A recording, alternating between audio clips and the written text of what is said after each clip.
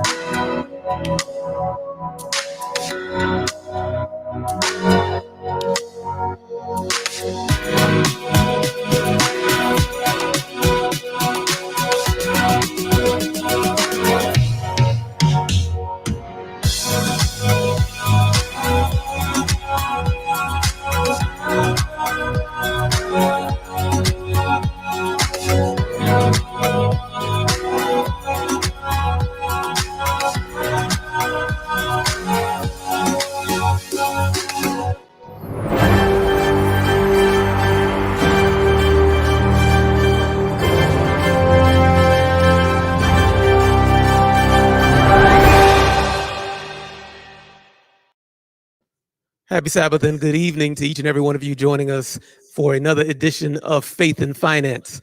We forego our 3:30 time today for a special session regarding the topic of credit. Our normal lesson today deals with the topic of retirement, and we'll touch on that just briefly over the next 3 weeks.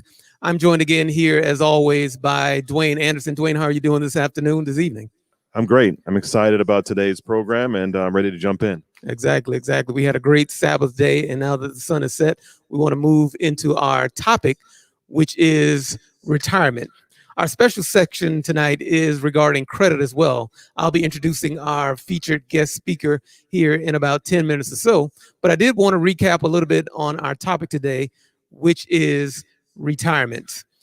Planning for retirement. It's a summary. The plans of the diligent, our verse this evening is Proverbs 21, verse 5. The plans of the diligent lead surely to plenty, but those of everyone who is hasty surely to poverty. Speaking in the terms of retirement, we want to understand that when planning for retirement, there should be a plan. Otherwise, retirement will sneak upon us without us having any means or resources to live through our retirement years. So that is very important. And that's what the Proverbs was speaking about in chapter 21, verses 5. Dwayne, let's walk through this together. Sure. So 2 important reasons to plan for retirement. Number 1, to be able to work part or full-time for others and support God's cause with resources. And number 2, to minimize stress during your later years. Yeah, stress can be very overwhelming if we don't have a plan. And like we mentioned earlier, retirement will and definitely sneak up on us if we don't have a plan. They're talking about a retirement period being a lot longer than it has been in the past. Why is that so, Dwayne? Yeah, today's retirees will actually live longer. They'll actually live 16 to 20 years plus in retirement. Okay. And this covers the time from cessation of work until the end of life. In the 1900s, the average age at death was around 47 years old. Okay. Today, people will live well into their 70s or 80s or even beyond as healthcare improves. Yeah, definitely. So I guess what that's saying is that there ought to be a plan after our retirement years or after our working years. We call that period of life the earning years, that we talked about, the beginning years, the preparation years, there's the earning years, and then there's the returning years. So in those earning years, individuals are living and working, and then they're retiring, and that retirement age is becoming a lot longer. What else does that say about retirement? Yeah, and this is why planning for retirement is so incredibly important. Statistics say in 1960, Social Security issued 2,000 checks for Americans aged 100 years. By 2018, and that was 2 years ago, and the number is continuing to rise, by the way, Sure. There was about 68,000 centenarians issued checks through Social Security. 68,000. 68,000. So there's been quite a few people to live over the age of 100. Definitely. The average Social Security benefit was $1,503 per month in January 2020. Is that enough to survive? Not really. So I think that's what that's saying, is that if you're solely depending on Social Security to, be the only source of income that you have in your retirement years, it probably won't work for you. And again, that's not adjusted for inflation as well. That's based on 2020. If you're still 10 years away from retirement, obviously that number will grow. So you should have other means or other forms of income when you get into your retirement years. Now, when planning for retirement, first list your income sources. Then develop your retirement budget to be able to live within your income. This is the one time in your life when you cannot, I repeat, cannot afford to go into debt. So I think that's what that's also saying, is that by the time we get to retirement, our retirement years, ideally we would already had a paid for home, and we're just not getting into a home years before that, and we're not still paying on a mortgage. That's why it's very key for us to be out of debt prior to getting into retirement. And for those of you that are just joining us, we're talking about retirement right now because that is what the lesson 9 spoke about. But our segment tonight is mainly regarding the topic of credit. We're doing a brief overview of retirement, and then we'll jump into our credit here very shortly. But again, we're emphasizing the point that we want to be out of debt. So when we get into retirement, we're not solely dependent upon Social Security to cover a car note, a home note, and whatever else living expenses we may have. So that's very important to be out of debt. And we'll show you how to do that over the next 4 weeks as well. In our retirement years, with all our experience and accumulated know-how, we should become a benefit to our family, our church, and our community. We don't want to enter those retirement years being in need from other people. We should be the ones helping and providing for others. And if we plan that correctly, some people say they'd like to work till they die, and that's okay. That's a very that's a good thing to do if you choose to do that. But the way America is set up and the way the economy is set up, there's 401ks that you could put money into that you don't necessarily have to work. The work that you may do would only be something that you enjoy doing, and it's not something that you're dependent upon to live on a daily basis. I have a cousin that has a job that he said once he retires, he just wants to ride or drive buses at Disney World. He just has a passion for riding buses and meeting new people. Not something that he would necessarily need, but something that he would just want to do for more so than anything fun.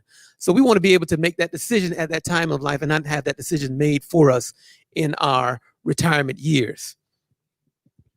Now, it is during our retirement years that we can give back to our families and God, our most precious possession, which is our time. And that's going to be the goal for everything we've talked about from day one all the way up until now, being able to reach those retirement years and being able to do that.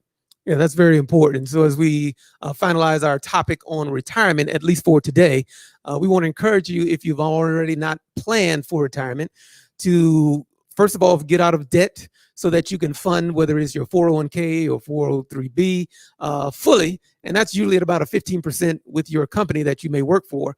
And again, if you do that from the time you're age 30 right up until about 70, and you fund that at 15%, you will have over $5 million at the time of retirement. If you only did that half the way, you would have obviously about half of that as well. So retirement is important. Planning for it is important as well. Today, our main topic of discussion is credit. And we wanted to bring in an expert on that topic so that many of you have questions over the last several weeks about credit, building credit, making credit more beneficial to yourself.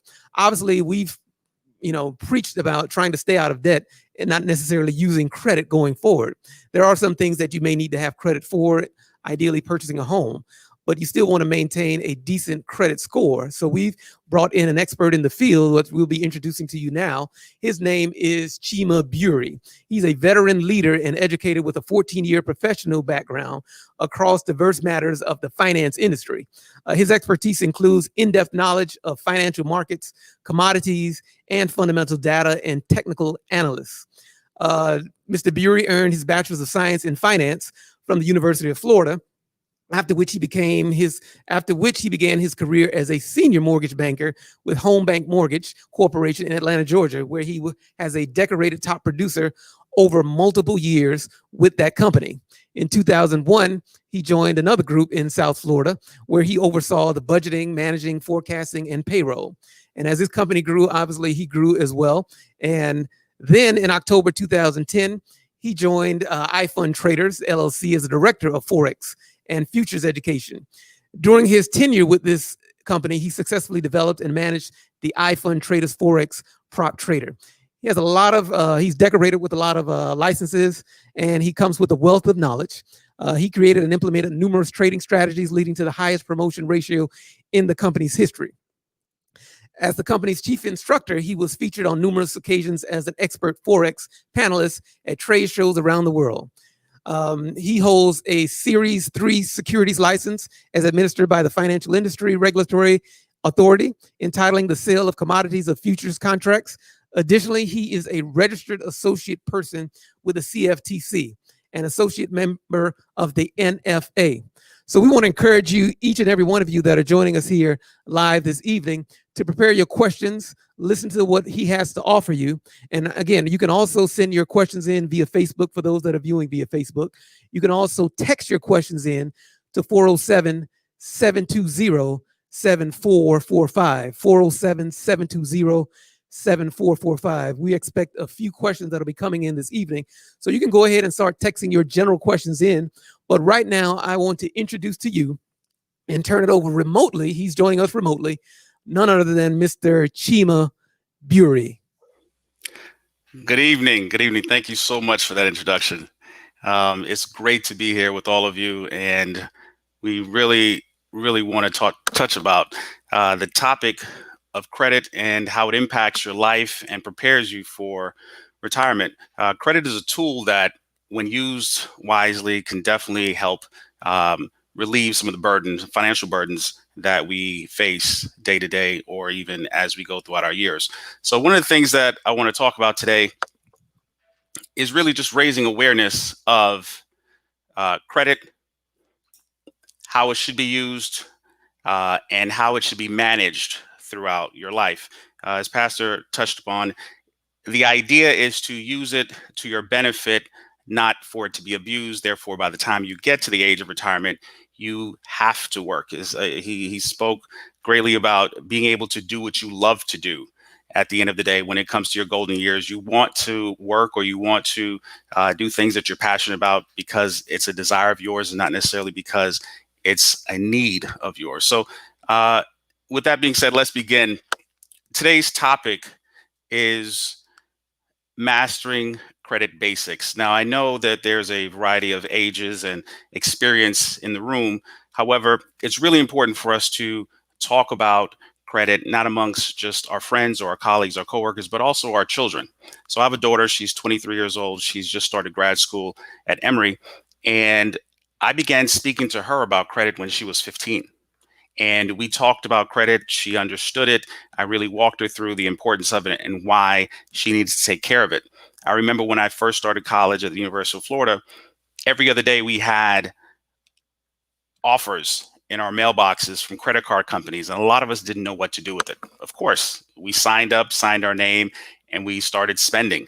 And for many of us, that started the cycle in the wrong direction. So it's really important for us to take hold of this powerful tool, learn it, understand how we harness it, and most importantly, teach the younger ones so they're able to do it at a much earlier age than we were.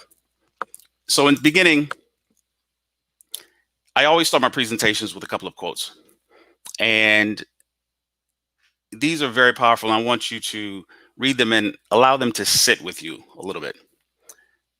Wisdom outweighs any wealth. And it's really important for us to understand that. And one of the reasons why you all are here is because you want to acquire wisdom. And for those of us who have been through life, and we understand that life is one of the best teachers, and of course we have to pass on that information. So once we acquire it, it's not enough for us just to hold on to it, but it's really powerful when we're able to share that. And this one is directly related to today's topic. Compound interest is the eighth wonder of the world. He who understands it earns it. He who doesn't pays it. And just keep this in mind as we go throughout the conversation today, and really understand how you're going to be able to apply what you've learned today to your day-to-day life. So once again, my name is Chima Buri. I'm really excited to be here with you, and it's a pleasure of mine to be invited back. And I addressed the membership some years ago, and I had a great time. And unfortunately, we're not able to meet in person, but definitely excited to still be able to share with you virtually. And my intention today is to help you on your journey of mastering credit. So these are the 5 topics that we're going to cover. What is credit? Reviewing your credit report, understanding your credit score, improving your credit score, and also I'm going to leave you with a little bit of homework. So first of all, what is credit? Trust given to another person for future payment of a loan. Credit card balances, car loans, mortgages. Who is a creditor? A person or company whom a debt is owed. Now, there are 5 C's of credit. We have capacity, capital, collateral, conditions, and character. All right, so these are very important, and these are the areas in which you will be evaluated and you will be looked at for decisions on credit, how much and for how long you'll be able to be extended credit. So why is credit important? Well, credit, or the use of credit, will develop a FICO score. And as we'll touch on later on this evening, you'll understand the importance of a FICO score and how over 90% of financial institutions use this algorithm to quickly make a determination whether or not they will extend you credit or not. It's also important because credit cards, in this world, we're actually going to a world where we're using less and less actual physical currency. So cards, debit cards, these are the means in which we'll transact in the future. So lenders, credit card providers, they are looking at your credit to determine whether or not they'll extend that trust to you. Now, most importantly, most banks will issue you credit, but based on your credit score, based on your credit history, this will determine how much debt you will, or how much your APR or the interest rate that you will be charged. So remember the initial quote, those who don't understand it will pay, right? So if you use your credit wisely, they will charge you less interest, and those who abuse their credit or who don't take care of their credit, they'll be charged at a higher interest rate. We'll go into a couple examples of that later on. Auto insurers. We live in Florida and there are cars everywhere, right? So it's a very popular thing for you to go into a dealership and get a car. Now, there's something about the confidence of being able to walk into a dealership and know that your credit is or a top tier credit, to where you don't have to worry about whether or not you'll be approved. You'll always get the best interest rate and the best deal and the best financing options. So this is very important. And your auto insurers, this talks about your premiums. So when you call Allstate, you call State Farm, they will run a credit check, what we call a soft credit check. And in many occasions, if person A has a top credit score and person B has a very low credit score for the same car, same model, same year, the person with the better credit score will get a better rate, i.e. lower premiums. Employers look at credit as well. You're looking for a new job, especially our younger members on the call today. This is something important as you're trying to compete for jobs coming out of college. Yes, employers will look not only at your grades, they'll interview you and look and judge your character based on that, but they will also pull your credit to see if you're a steward of your finances. And landlords as well. Of course, we understand mortgages.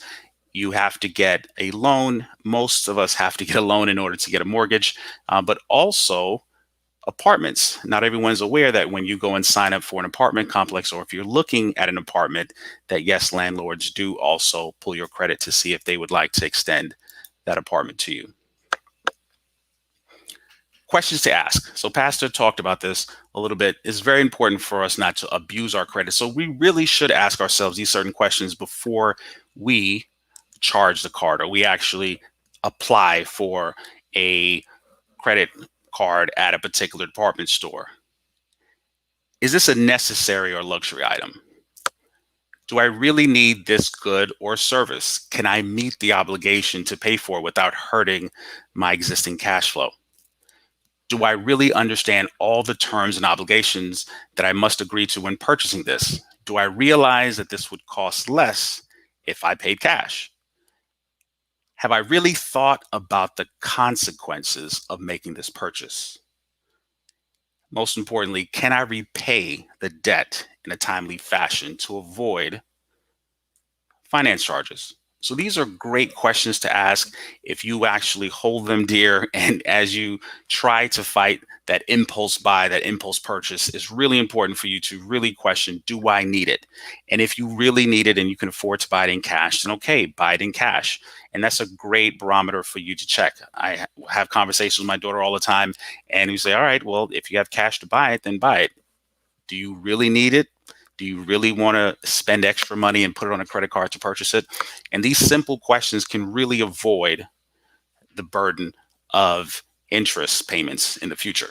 So this is something that I really want you to take into account this next slide. This is what I call your debt to income meter. All right. It's really important for you to understand where you are as far as your ability to save, as Pastor said, for retirement, for your future.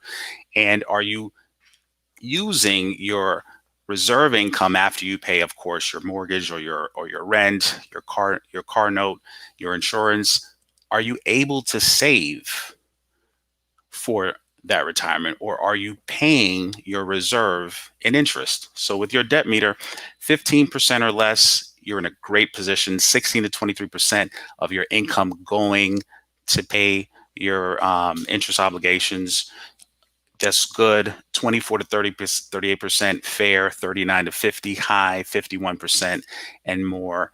You're really in danger. So this is something that I want you to take into account. How much am I putting out from what I bring in? All right. So in the example, we have someone who makes $50,000 a year, and if their annual debt is $30,000, that's 60% of their income, then you would be considered to be in danger. This is something that you should really consider and look at, and how you can reduce your debt liability. Types of credit. It's really important. Many different types of credit. You have cash credit, you have sales credit, secured credit, revolving credit, IOU, single payer credit, installment credit, and other types of credit. That would include rent. That would include your light bill, your phone bill, and also your water bill, utilities. This is a great question. And this is every time you see this blue screen, this is something that I really want you to pay attention during today's presentation. It's time for you to be in charge. Oftentimes, you hear people joke about it, that we're a slave to our interest or our credit card payments. And it's really important for you to take charge of this powerful tool called credit.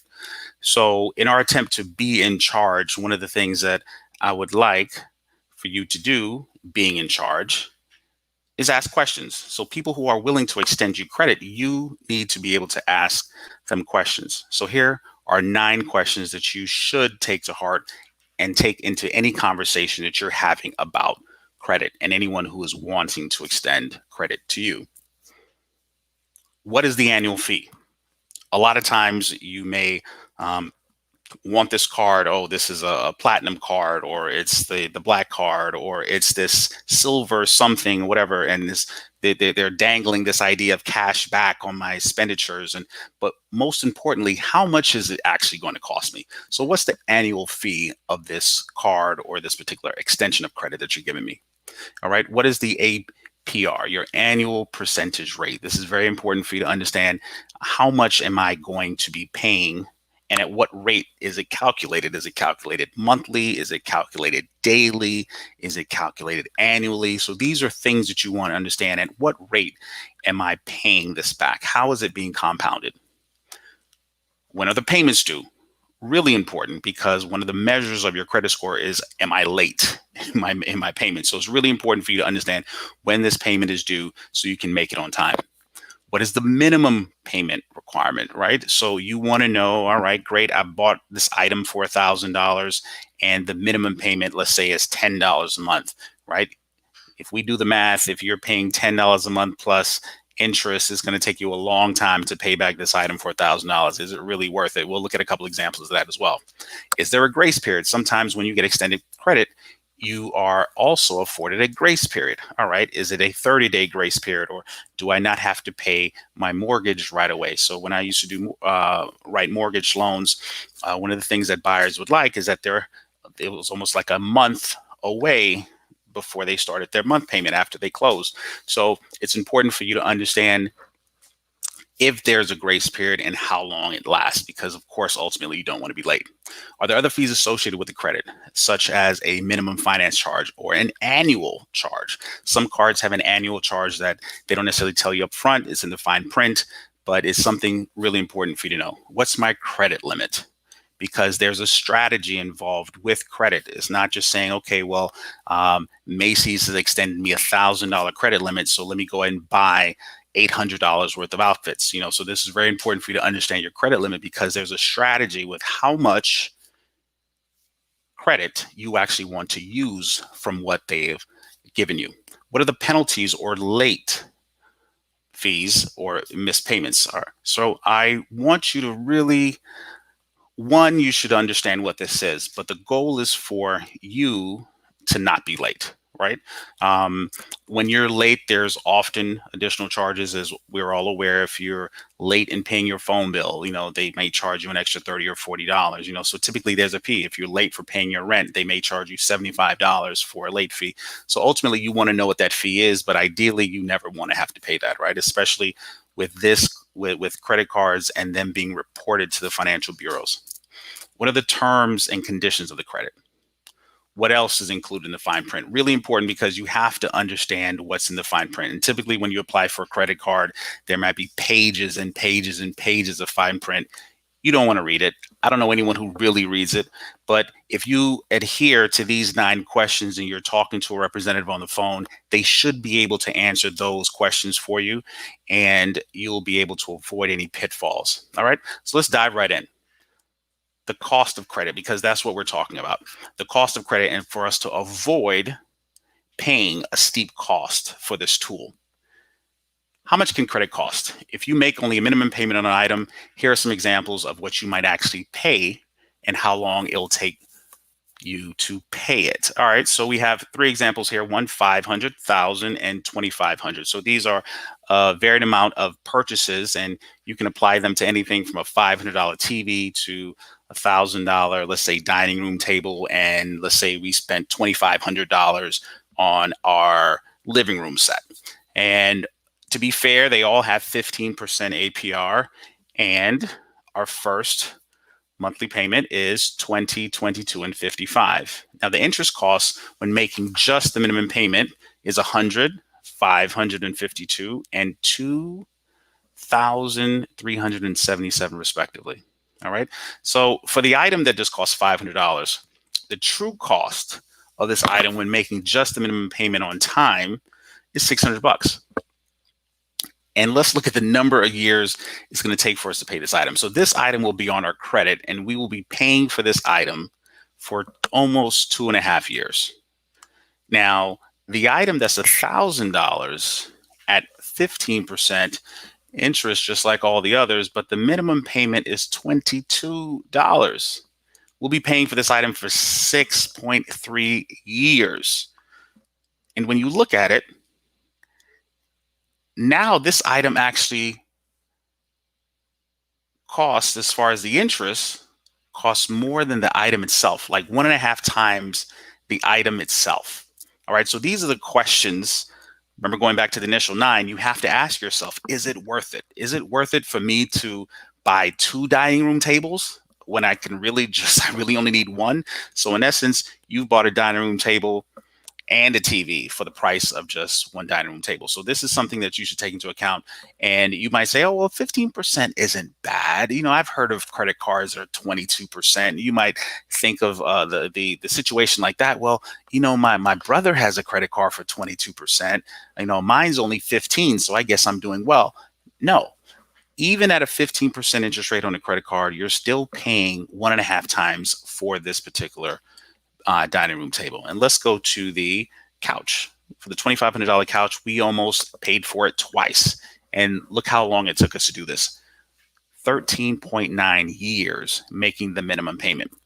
So when we talk about making credit a tool, it is the foolish bet to just pay the minimum amount. All right. That's how you make the credit card companies and the banks rich. And that's essentially what they want. They're in business to make money, and it's okay. Remember, we talked about this a couple slides ago.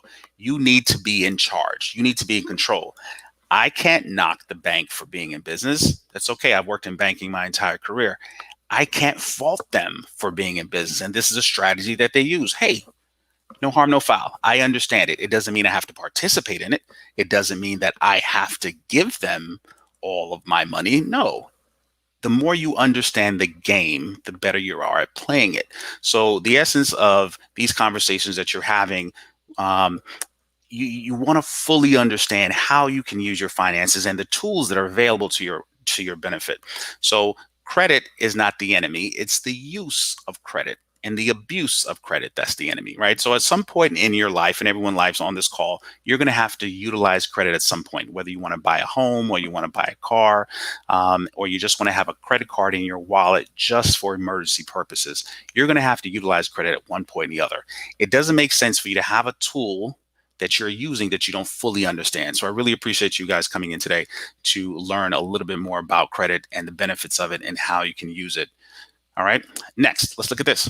Paying only the minimum payments on your credit card may seem appealing, but if the only minimum payments are made, it can take years, as we looked at in our previous example. So let's look at the example of the couch for $2,500, still at 15% APR. And you're looking at the minimum monthly payment of $55, right? Let's say we bump that up. Person B decided to pay $80 instead of $55, and person C decided to pay $105, and basically almost doubling the minimum amount. So let's look at the interest cost. Now, of course, if let's say you're starting out, you're a recent graduate from college and you're looking to furnish your apartment because, of course, you got a new job in a new city and you need some place to sit down. All right.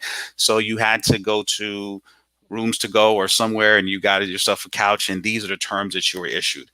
Now, being that you have the couch, now you have to apply the strategy. It's not just enough to say, well, they only want $55 a month from me. Well, no, let's actually apply a strategy so we don't have to pay all of our earnings to the bank.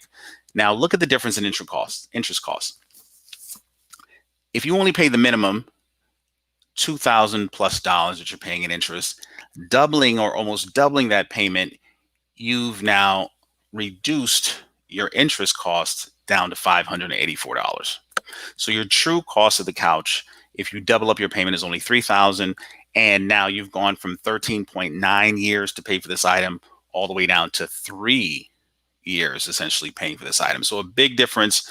And of course, the idea is to keep the money in your pocket, right? Because if you're looking at the difference here between the 2377 minus the 584, you're looking at a savings of 1793, so almost $1,800. Now, it may look like, well, I'm paying more upfront, but no, you're saving on the back end. All right. So yes, you're doubling the payment now, but you're saving on the back end. So you're actually saving $1,800 by doubling up your payment. You're cutting down the amount of years that you're actually have this credit extended, and you're saving money on the back end. All right. So now that's the importance of credit. Let's go on to reviewing your credit report. Now, when we look at our credit report, how many of you on a scale of 1 to 10 understand your credit report? I would love to know that. Just if you can be honest with yourself, I understand truly. I know how to read it. I know what it means. I know what every aspect of the report is telling me and all the information that's included. That's a question that I want you guys to ask yourself and answer. You don't necessarily have to type it in, but I would love for you to write it down because it's impactful when you actually look at it. 2, do you know your credit score? Yes or no? And how many times in the last 5 years have you actually looked at, reviewed, analyzed your credit report? All right, let's dive in. For those of you who have not looked at your credit report in a while or don't even know where to go to access your credit report, it's important for you to do it. And I would recommend that you at least do it once a year. For those of you who are very seasoned in using your credit, you may not feel like, all right, great, well, I pay my bills on time and I know the credit cards I have, I know my mortgage and my car note and things of that nature, and there shouldn't be anything on it. You're right, there shouldn't be, but you don't necessarily know if there is. So it's an exercise that you can do once a year, and it's free. Here are the phone numbers and the reporting agencies, Experian, Equifax, and TransUnion, and their information, and also annualcreditreport.com. You can go to them once a year and you can download your credit report, so at least you can review it and see what's on it. All right, this is very important. Now, what's in your credit report? Now, you have personal identifying information, your name, your birth date, address, social security number, employment, credit history, of course, payment history, your balance information, current status, public records, if there's a bankruptcy, if there's a foreclosure, judgments or liens, and definitely the inquiries, right? And so this is the little silent killer here. Every time you go somewhere and you apply for a credit card or you apply for credit at the furniture store or wherever you may be, these are hard inquiries that actually impact your credit score. So we have to be mindful of that. For those of you who don't know what a credit report looks like, this is a sample one, and it's a little glorified for you to be able to understand what's going on. But these points that I'll notice or point out in the next 3 slides, you'll be able to get the gist of the information that's on it. So of course you have your consumer information. This is your name, address, and employer information. If there's a consumer statement, whether it's a fraud alert or you have a dispute with a particular creditor, there's a slot for you to actually submit a statement to the bureaus. There's a summary information of all your credit lines, whether it's an installment loan, revolving loans, or whatever it may be, your mortgage. You're able to see it in a snapshot as far as who you owe and how much you owe. Now it rolls into your account history. Now, per account that you have, it really itemizes or details the extent of that credit, how long you've had it, the condition of it. Is it open or is it closed? You know, the responsibility of it. Is it just yourself? Or you're a single person? If you're married, it will say joint. It'll say it's the responsibility of yourself and your spouse as well. And it'll show your payment status. It'll say, well, it's paid on time or as agreed. Or as you can see here with the Experian example, it says 60 days late. Or if there was an issue with the account, if you weren't paying it on time, did they decide to charge it off and just write it off as bad debt? You know, so these are the things that are listed on your credit report. So when anyone requests your credit report, they're able to see your life, or your credit life at least, in a snapshot. And down below, you have a little color-coded system to where green would stand for current, the red box would indicate 30, 60, or 120 days late. Now, also into digging deeper into your credit report, there's a public record section as well. So if anyone has filed bankruptcy, this is where it would be listed. They're no longer submitting tax liens to your credit report. So even if you have a tax lien, it wouldn't be listed here. But other things for within your public record, they would be listed here. Now, inquiry information. This is what I was telling you about as far as the killer. Even though you don't accept the credit that's been extended to you, if someone calls you on the phone and just inquires about a vacation, and then you can pay for the vacation via credit, or you're at the store, and almost every store now has a credit card, and every store you go into, the salesperson gets a bonus if they sign up 3, 4, 5 people. You know why? Because of the interest. Most people just pay the minimum requirement, and the more credits you get, then you have to spread your monthly income throughout all of your credit cards. Therefore, i.e., forcing you to pay minimum payments, which gets you into more trouble, right? Because if you're only paying your minimums, that means you're paying it for an extended period of time. And more importantly, you're paying the bank more money. So that's the intention. Banks are allowing all of these retail operations their own credit card with their logo. And then these reps, or I want to say the people who are working at the cash registers who are cashing you out, one of the things that they're giving you is an incentive. Oh, sign up for a credit card. You'll get 20% off today. Sign up for a credit card. We'll give you this shiny new bag to take your things home. You know, these are the different incentives that they try to push on you in order for you to go ahead and do it. Now, your creditor information is important as well. Anybody who has extended you credit, or if they're claiming to be owed by you, their information will also be listed there as well. All right, so your credit facts, really important for you to take a look at this. Checking or pulling your own credit or report does not hurt you. All right, so I get asked this question all the time. If I inquire, if I call Experian, or if I call TransUnion, or if I request my credit report, is that going to hurt you? And it will not hurt you. All right, that's a self-inquiry. You, by law, are able to look at your credit report, even for the purposes of just looking to see if there's fraud on your report. So this is very important. Credit inquiries made by companies checking your credit to send you pre-approval offers do not count. All right, so this is what we call a soft pull. If you have excellent credit, you're probably fully aware of this. Your mailbox is flooded and it's full with offers all the time. Now, these are credit card companies and banks that obviously are in bed with the credit card companies, and they're able to look at those who have great credit, and they're able to send them offers all the time. Now, this is a soft inquiry. Now, that's great People want to extend you credit, but of course, you probably have good credit for a reason. You understand it to a certain extent and you don't overextend yourself. Now, the reverse happens as well. If you have bad credit, those lenders who are interested in subprime lending will send you offers too. They'll send you offers like, oh, here's a secured credit card, or here's a credit card because no one else will offer you one, but I will. But you're going to end up paying 39% interest. So be mindful of that as you're looking to rebuild your credit and you're starting to make waves on your credit. You're going to start to get offers, but these might not be the best offers available to you because they're taking advantage of the fact that you're still trying to rebound or rebuild your credit. Now, this is the other thing.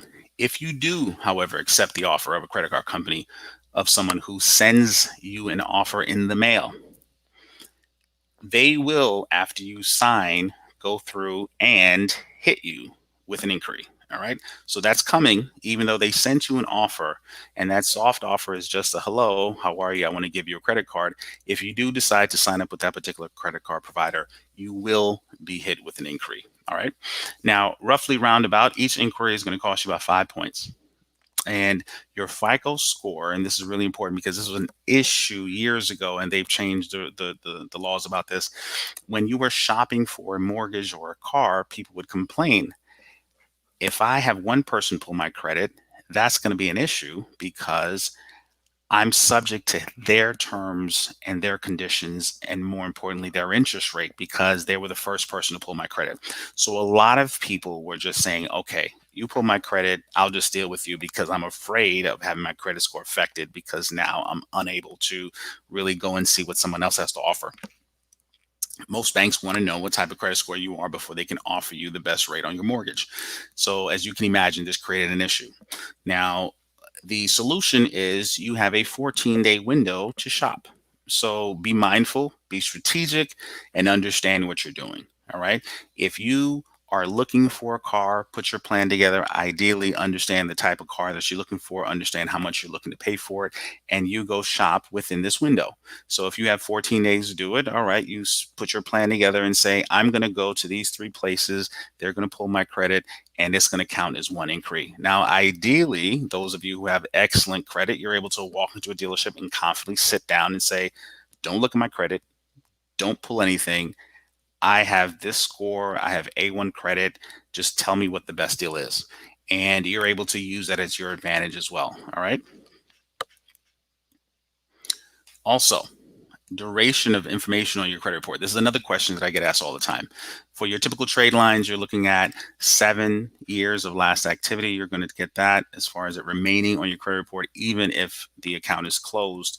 Let's say I closed an account 3 years ago. It's still going to be on my credit card right now. Judgments or liens are going to be on your credit report at least 7 years from the filing. Bankruptcy, about 10 years. And I get a lot of questions about the medical collection reports. That's a case-by-case basis because they're able to go and continually collect and report. So there is no set time for those. In our attempt to understand our credit score, we want to look at the name FICO. That is probably something that a lot of you are accustomed to or you've heard before. Now, I mentioned this a little bit earlier. It's an analytical software company, or it's this algorithm that actually computes all of the information that we discussed earlier as to, is this person a good credit risk? And about 90% of the top lenders in the world use this version or some variation thereof of a FICO score in order to quickly make decisions if they're going to lend you credit. Now, this is a popular issue as well. What's included in my FICO score? What's considered? So your race, color, age, religion, national origin, sex, or marital status is not a part of your score. How much you make is not a part of your score. Where you live is not a part of your score. Certain types of inquiries, like we talked about, the soft and self inquiries, they do not impact your score. Whether or not you pay child support or financial obligations that you may have as a result of a divorce, it's not in your score. All right. So these are things that you should be aware of that do not impact your score. What's considered good? Hey, Chima, I have a 600 credit score. Can I get a mortgage? I have a 550 credit score. Can I buy a car? My credit score is 785, and I'm worried because, will I be able to get the loan I want?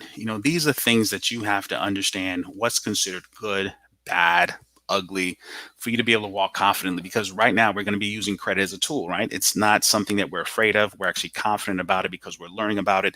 And this is going to be a tool that we're going to be using going forward. And it's important to know how powerful your tool is. And each of you have a different level of tool. Each of you have a different, I would say, strength, or let's say, your bat. Some bats are heavier than others. So if you have a great credit score, you have a powerful tool at your disposal, right? You can step up to the plate and hit a home run every time because you have this ability to get whatever you want when you walk into the door. Now, for those of you who are aspiring to get a better credit score, or to actually be able to use credit as a tool more effectively, you need to know where you are in order for you to be able to accomplish where you need to go. All right. So you should be able to walk confidently by knowing your score and what you should be able to do with it. Now, subprime is considered anything below 620. And if you're above 760, it's almost guaranteed, as long as your income can support what you're looking to buy, you will be approved for credit. If you're looking to buy a home, if you're looking to buy a car, major expenses like that, if you're in the high sevens, well, sevens to high sevens, and definitely into the eights, all creditors will have an option for you. As we move on to your FICO score, now what's comprised? What are the components, or based on the credit report that I showed you earlier, what percentage of importance is it, right? So now, most important is your credit history, or your payment history, excuse me. Of course, it makes sense. If you're going to ask me to extend you credit, one of the biggest factors I'm going to look at is, are you paying other people back? So I'm Capital One, you applied for a credit card. I'm going to look and see, well, are you paying Citibank the money that you owe them? Are you paying your mortgage? All right. So PNC, you have your mortgage with them. Are you paying them back? I want to make sure that the people who have already extended you credit before you came to my desk, I want to make sure that you're paying them back. And if you're paying them back in a timely fashion, then that gives me the confidence, well, if you're doing well by them, you will do well by me. So your payment history is important, and really important for you to understand. If you have a late payment, you will get dinged in the short term, big. Almost a 30, 40, sometimes 50-point drop in your score if you have late payment. So it's really important for you to understand that and try your best not to have late payments. And if you do, within the first 30, 60, 90 days of that late payment, you can fight or really try to negotiate with your creditor if you can get that removed, and how you can explain that it happened and why it happened.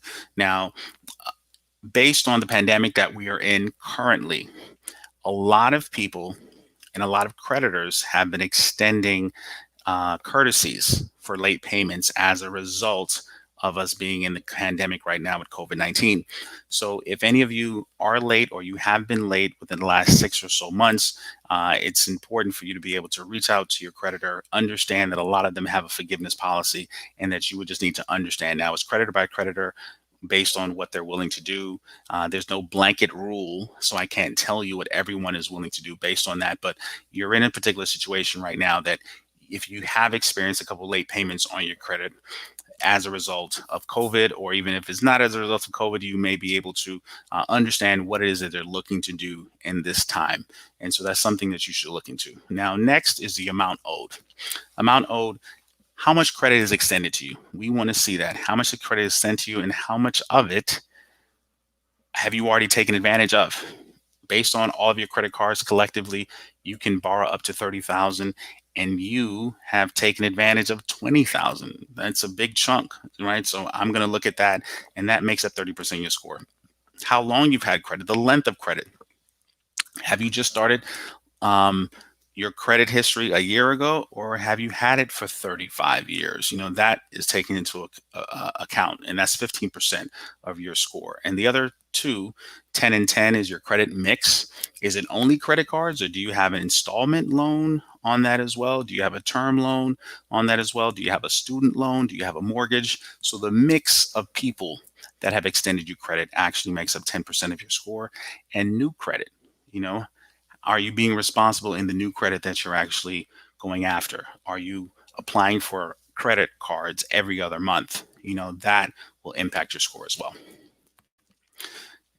That is good stuff. Good stuff. Great stuff, Shima. So what we wanted to do now is go ahead and what I'll do is ask some of the questions that Sure. have been coming in, and then I'll let you answer them. So we'll start now. I know you had a little bit more there to continue with. I wanted to make Mhm. sure we got all the questions in our next half hour or so. So I'll start with a question that came in. It said, if we have credit cards but aren't using some, when and how should we close credit cards so that it won't adversely affect our credit?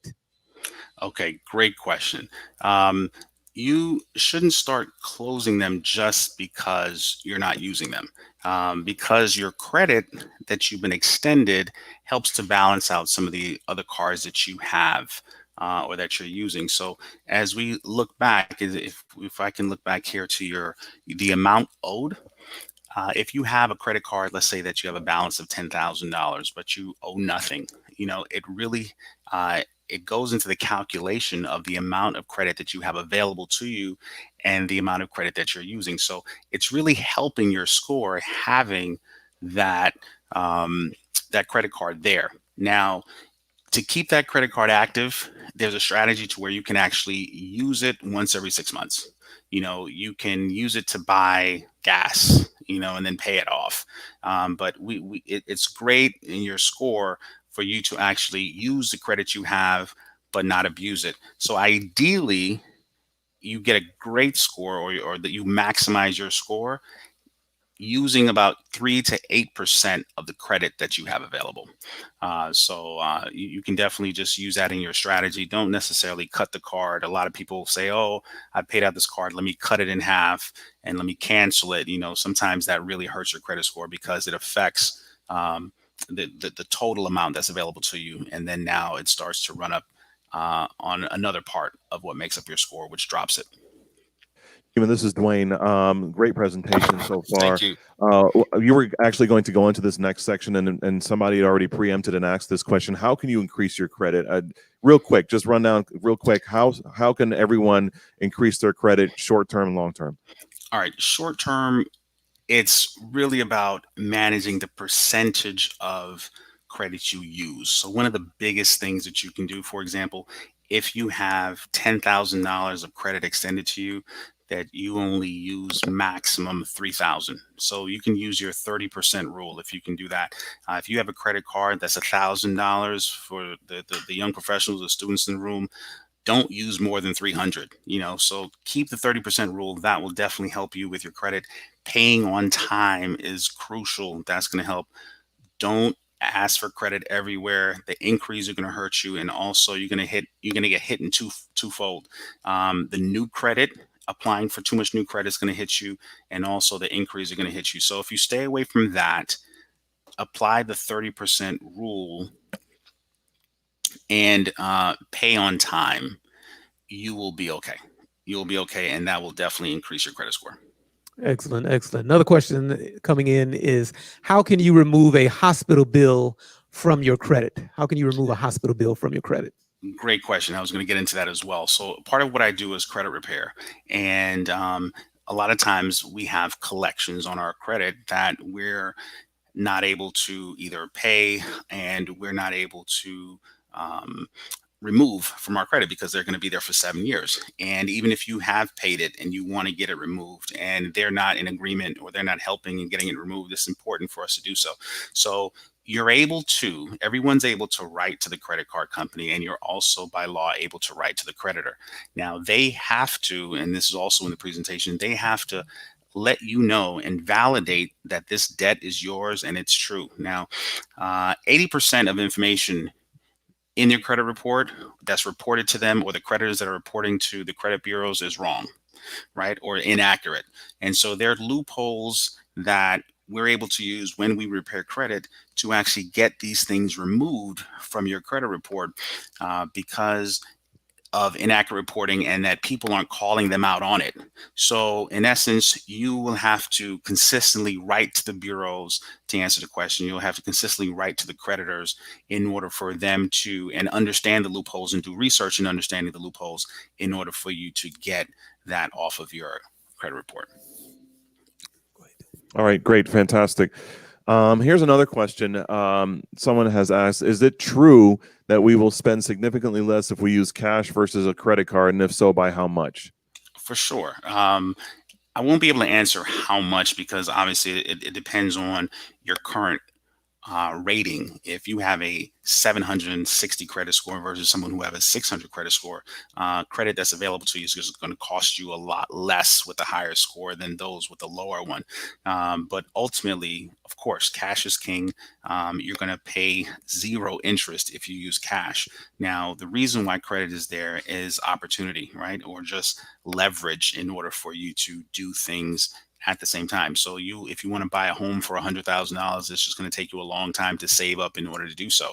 But the power of leverage and the power of credit, if you have a family and you want to buy this home that's available for $100,000 because you're a good steward of your money and paying your bills on time, you can use the leverage of credit to buy that home now. And so for your big purchases, it's not enough to say, I want to buy a home. Let me go talk to a mortgage banker tomorrow. Like, no, you have to prepare for that. And so using credit, you don't have to use a lot of it, as I mentioned.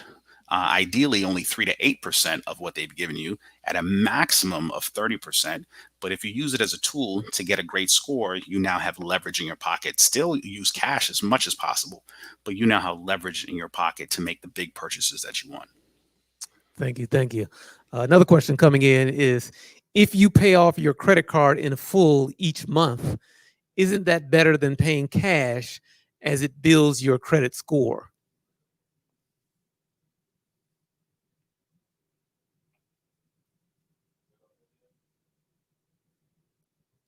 All right, hold. Your Yes. sound You is there? down. Okay. Can you hear me? Yes. So that's a great Can strategy. you start over, Chima? I'm sorry, we lost you for a moment there. Okay. So one of the things is that is a great strategy. And that is, as we talked about in the beginning, you being able to understand the power of this tool and using it to your advantage. So if your goal here is to build credit, yes, buy your gas with your credit card or buy something else with your credit card, pay it off right away, send the check in tomorrow. Hey, I spent $50 on this and I wrote the check the next day, because you're actually utilizing the credit, you're using it, and they're seeing that you're using it. Now, as they see that you're using it and not using all of it, and you're being a good steward of it, you'll get a notification in the mail. Oh, your credit limit went up from 100 to 2,000. I mean, from $100 to $1,000, and then you keep doing that. It'll go from $1,000 to $3,000, and you've been doing good by that. It'll go from 3,000 to 5,000.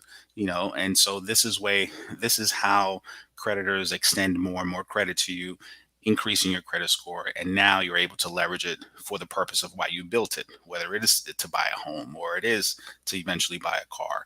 So these are some of the tools that are used to increase your credit score. So yes. All right, great. Here's another question. What is the bad debt you consider when calculating your debt to income ratio? What's considered bad debt?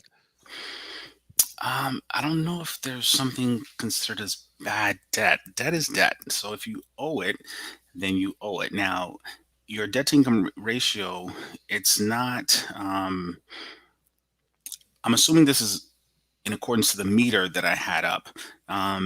If you owe a debt now on your credit report, you have a couple different areas. You have your charge-offs, to where that debt is, or you're no longer paying this monthly debt. Let's say, for example, a Macy's card you owe $3,000 on and they've charged it off. So you're no longer paying that monthly. So that is now by default removed from your debt to income ratio as far as your monthly take home versus what you have to pay out monthly. But that debt is still yours. So that is what we call in the industry bad debt, or a charge off. But as far as if you have a monthly debt, there is considered that there is no bad debt. Now, revolving credit, because credit cards have the highest APR out there, you really have to be mindful of it. So if I had to rank quality of debt, definitely credit cards are a real problem. So you really want to get control of that. Of course, mortgages are necessary, car loans are necessary, installment loans, whether it's your student debt, those are necessary. But you really want to be mindful for your revolving credit or the credit cards. So hopefully I answered that question. I try to answer it a few different ways without getting some more specifics from them. All right. Excellent. Excellent. Another question we have is, if you have a credit card that you have not used in a long time, should you close the account? Should you close the account? No, use it. Use it. Buy, like I mentioned, buy some gas or go to dinner and spend it and buy some dinner and pay it off. Ideally, once every 6 months, you want to use these cards. You don't have to use them every day. You don't have to buy a whole lot. So, but you want to keep your credit active, and that is a part of the algorithm that gives you a higher score. So, once every 6 months, if you're using it, that's fine. There's no requirement for the amount of money you have to use. But remember, this is a tool that you have, and you never really know when you're going to need it. If you have a car that you currently is paid off and something happens to it where the engine dies, well, you have to walk into the dealership. Well, I have perfect credit. Well, you think you have perfect credit, but you haven't used it in 6 years. And so your score isn't going to be as great as you think it is, right? So ideally, you want to use the tool. It's like a muscle going to the gym. You really want to just know how to use it as minimal, but still be able to take or get maximum reward from it. So I would say once every 6 months, use it and pay it off. Okay, great. Another question that's coming here, Chima. Will your credit score be affected by if you pay your medical premiums late? No. They do not report to the credit bureau. It's not now. What will be reported to credit bureau is a payment for, let's say, an MRI clinic, or if you go to the ER and they've sent you a bill and you haven't paid that. Now that will eventually turn into a collection, and then you'll end up paying that, or that will show up on your credit report. But for example, if you are with Blue Cross Blue Shield and you don't pay your premium on time, they will let you know that this is now owed to them. They will contact you over and over again, but they won't report to the credit bureau that you haven't paid your premium. Excellent. Just want to remind individuals to text their questions to 407-720-7445, 407-720-7445. Another question coming in is, when you ask your credit card company to increase your credit, do they have to run a credit report to do so? Sometimes they will. Yeah, if you're calling them to do that, they will, because that's actually an inquiry. Now, they may know that, all right, let's say it's American Express and you've been paying them on time, but they don't know if you've been paying Capital One, or they don't know if you've been paying Macy's on time. They don't know if you've been paying Best Buy on time. They don't know. And so it's like, well, you could want to extend or let's say expand your credit with them, because everyone else is charging you off because you haven't been paying them on time. So even though on their record, they see that you're the perfect borrower, you're not paying everyone else. So they want to see what the bigger picture. They want to understand the big picture to say, well, you're asking for more credit. Why? Is it because you're not paying everyone else? Is it because everyone else is cutting you off? Or are you overextended? Even if you're paying everyone else on time, are you well above that 30% threshold that we're talking about? Is your threshold, instead of being 30%, is it at 90%? Then they have to look at the big picture to understand whether or not they're going to extend additional credit to you. Great. Got a question here. What are your thoughts on balance transfers? People are transferring, let's say you've got a really high balance on one card. It's at a high interest rate. Someone offers you to do a balance transfer to another card at a little bit of a lower interest rate. What are your thoughts on that? It's a game that I would implore people not to necessarily get into or get too familiar with or comfortable with. It is a good tool, clearly, as you want to. The same thing like we're refinancing our homes. Interest rates are very low right now, and if you're at an 8% interest rate, and interest rates are right now, let's say 3%, why not? You're going to save a few percentage points and do it. So essentially, you're doing that, but um, you're always going to get these offers in the mail. And once again, transferring a balance that's 80% of my credit availability just because I transfer it to a lower interest rate, I might pay, you know, $10 less a month, but my credit score is still a problem because I'm extended 80%. The real importance here is how do you get down to 30%? Devise a plan to do that. And essentially, all of your credit cards will be at a lower APR, because now your credit score is at a certain point where you don't even have to worry about transferring because you're carrying this debt. So it's something, or it's a tool that some people use, but the real genius and the real math and the real chess game is really how do I get or lower my debt ratio. Gotcha. Thanks for that. Another question. If you were denied an increase in credit, you can get your credit report, but it's hard to read to determine why you were denied an increase. How Mhm. can you find out why you were denied the increase? Um, to be honest, it's once again, it's a game, and they don't care. They don't really care about your feelings after they've denied you credit because you're not going to be a customer of theirs, and they're all doing the minimum just to cover themselves because by law they have to let you know why you were denied. Sometimes you'll get that in the mail, and there's a little small paragraph that may encompass 3 or 4, 5 generic lines to say why you were denied credit. If you're looking for an in-depth understanding as to why you're denied credit from Citibank, it's not going to happen. They're just doing the minimum to say you weren't good enough for us to extend you credit, and let's throw these 4 things at you to say, all right, we've done what we required to do by law, and we're done. Because you're not going to make the money, so they're not going to invest time into walking you through and creating some type of teachable moment for you in order for you to better yourself to eventually come back to them one day. No, it doesn't work that way. So it's if you're not helping them today, they don't care. The idea is for you to do research on your own, for you to attend seminars like this, for you to get a better understanding as to what your credit is, and for you to, YouTube's your best friend. YouTube's a great tool. You can go there, and there are a lot of resources on there to where you can learn about how to read your credit score, how to interpret it. A lot of the tools that I'm giving you today are a big part of the reason why people get denied. They're overextended. Your payment history, you have late payments, they go away in a year, so you don't have to stress if you're realizing that the last late payment you have is 10 months ago. Then great. In about 2 or 3 months, your credit score is probably going to go up another 20, 30 points because you're now past that 1 year threshold from your most recent late payment. So these are things that you should know, and that you shouldn't just stress and really just put yourself in a knot just because your credit score has dropped. But these are little nuggets of information that can kind of help increase your score.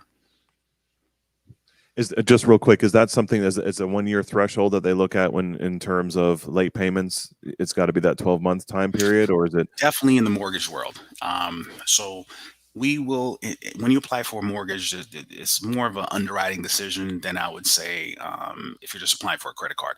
You might have, and even mortgages, will type in your social security and your income, and we'll hit a button and we'll wait for the computer to let us know immediately, are you approved? Now, when I was in mortgage banking, we would do that, and it'd be great if I was able to hit send and I immediately got the approval, then the underwriting process was streamlined. However, if I didn't get an approval right away, there was an underwriter that sat outside my office, and we would look at the body of the credit. We would look and say, okay, well, their last late was 11 months ago, or is this something we should consider? Or their last late was 13 months ago. Even though the score isn't what we want it to be, there were certain requirements or underwriting requirements that you couldn't have a late within the last 12 months. So she might forgive the score because we want a 680 and it's a 662, but the body of the credit needed to be zero lates in the last 12 months. So if you had accomplished that, then we might extend the mortgage to you. So when you're applying for a mortgage, more so than just a Macy's card, you will get you tend to get more consideration from the underwriting department because it's a bigger purchase and they're looking at the full body of your credit rather than just a computer just saying yes or no. So credit cards tend to be that way. More seasoned purchase or a bigger purchase like a mortgage, you tend to get a warm body. At least in my case at the bank that I was at, there was a warm body to look at it and say yay or nay. Is it true you can get your credit report for free every year? And I assume your score is in it, was the question asked. You can't assume that the score is in it.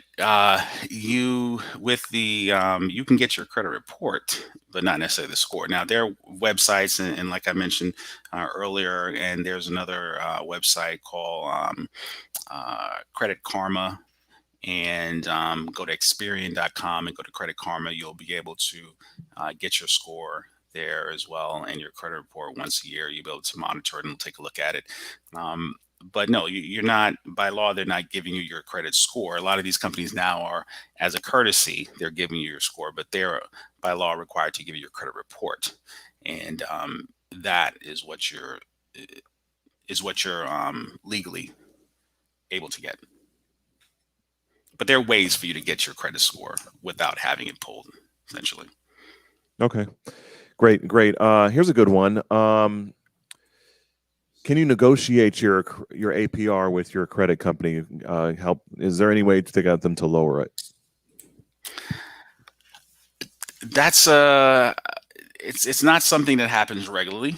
I feel it's a worthwhile conversation to ask. Why not? And once again, banks will differ.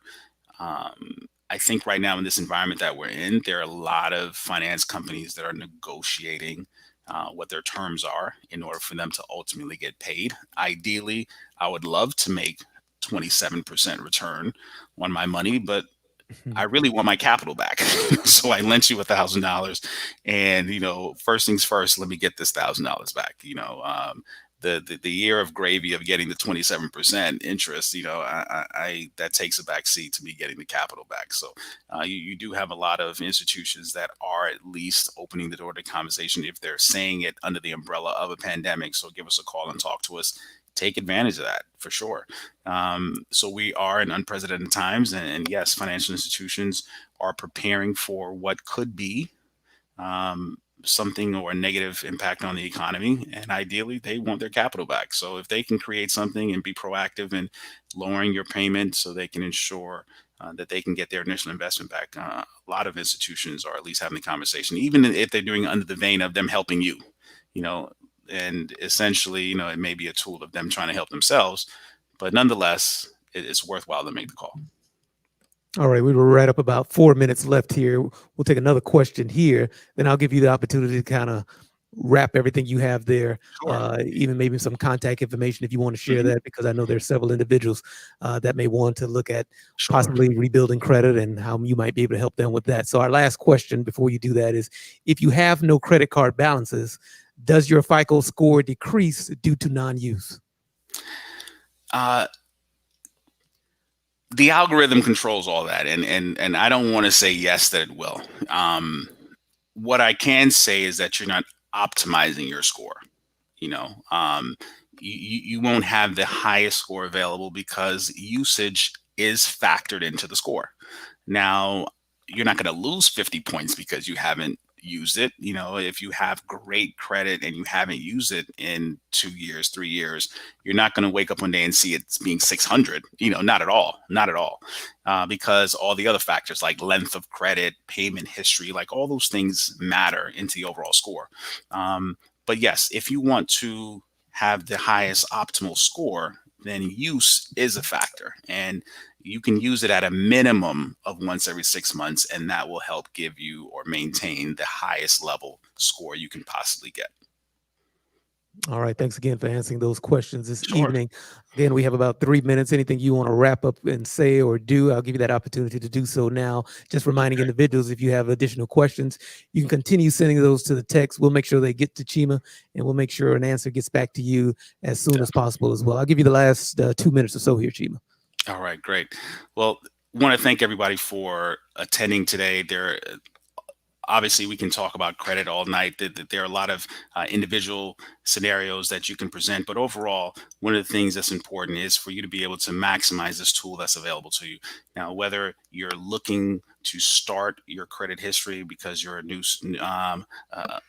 let's say you're new out of college and you're now looking to establish your credit history because eventually you want to buy a car, you want to buy a home, or you're retired and you're having questions about usage and just wanting to maintain a certain level of credit score just in case you need to use it. It's really important for you to understand the tool that's in front of you, for us to be able to understand it, not only for ourselves and pass that information on to those who may not be as knowledgeable as you. And there are some people here who need credit repair. We did feel some questions with there's some chargebacks that I have, or there's some issues on my credit, and healthcare is a big part of it there. And one of the big things, and Pastor, you and I have talked about this, you have a doctor's office that has charged you $7,000 in a chargeback. However, they've already gotten paid from their insurance. They've sold this particular debt off to a collector for pennies on the dollar, and then it's stuck on your credit report, and you don't have any refuge. There's no way for you to go to actually get it taken care of. So we actually help customers with that, and those who want to repair their credit and who want to utilize our services to try to put themselves in a better position to where they can start using this tool and the leverage that they would like from it. So with that, you can contact me and I'll let you know more about that, the services that we offer. But you definitely want to get your credit report. So visit creditkarma.com and pull your credit report there, Experian.com as well. And you don't need to sign up for the additional services that they offer because that will cost you money. But these websites offer a free credit score and with your credit report. And with that, you'll get a snapshot of what's going on in your world. And if you want to share that with me, I can walk you through some of the things that you can do individually to increase your score, to better position yourself. And if it's something that we can help you fix, then we'll do that too. All right. We appreciate you again, Chima, for your time, for your knowledge, and for the information you've shared with us and all of us this evening. We're looking forward to being in contact with you again, those individuals that are out there that have additional questions. You send those in to us. If you want to contact Chima, contact our text here as well, and then we'll make sure he connects with you as well. We thank you again. Upcoming the next weeks, what are we looking at? For the next week, we have an investment professional coming in just like this evening. That'll be the same time on next Saturday evening, 7:30, right until 9 o'clock. Dwayne, tell us about what's going to happen on next week. Yeah, it's a good friend of mine, actually. His name is David Santillo. I've known him for many years. He specializes in helping people invest their money. The goal of next week, though, is to really talk about the ABCs of investing, really understanding how to invest, when to invest, and really learning how it can help impact your goals for the future. You definitely want to tune in and really understand points like the power of compounding interest, really learning about the different rules and things in place that will help you maximize your investment goals. So please tune in. All right, excellent. And then the following week after that, on October the 3rd, we'll bring in a professional on wills, trust, and estates, an estate planning professional. Her name is Joy Carmichael. She'll be joining us here on the October 3rd, Saturday night, again at 7:30 to 9 o'clock. Those individuals that are looking to create a will, have a living trust in place, we're encouraging you to join for that session as well. We're encouraging you to share this information with your family, your friends, individuals as well, as we count down to a close on October the 10th. On October the 10th is when we'll finalize everything with our Faith and Finance series. We'll finalize that through our service on Sabbath morning. So we'll finalize that on Sabbath morning. That's at our 11 o'clock time on October 10th. Again, we're taking you from the foundation of understanding that God is the owner of everything. God is the owner of all you do, and he in turn requests that you honor him by returning a faithful tithe and offering. Also getting yourselves out of debt, planning for your future, your retirement, putting some money away, and also returning monies back to family or friends or institutions, maybe even the church, when you leave this earth as well. All that's lined up in our series. If you're new to our session today, you can find the other 8 sessions that we've done either on our Facebook page or our YouTube channel as well. Again, on behalf of Dwayne Anderson, I'm Orville Thomas, and on behalf of Chima Bury, we thank you for joining us here on this Saturday evening, and we look forward to seeing you on next Saturday night, same time, same place. God bless you.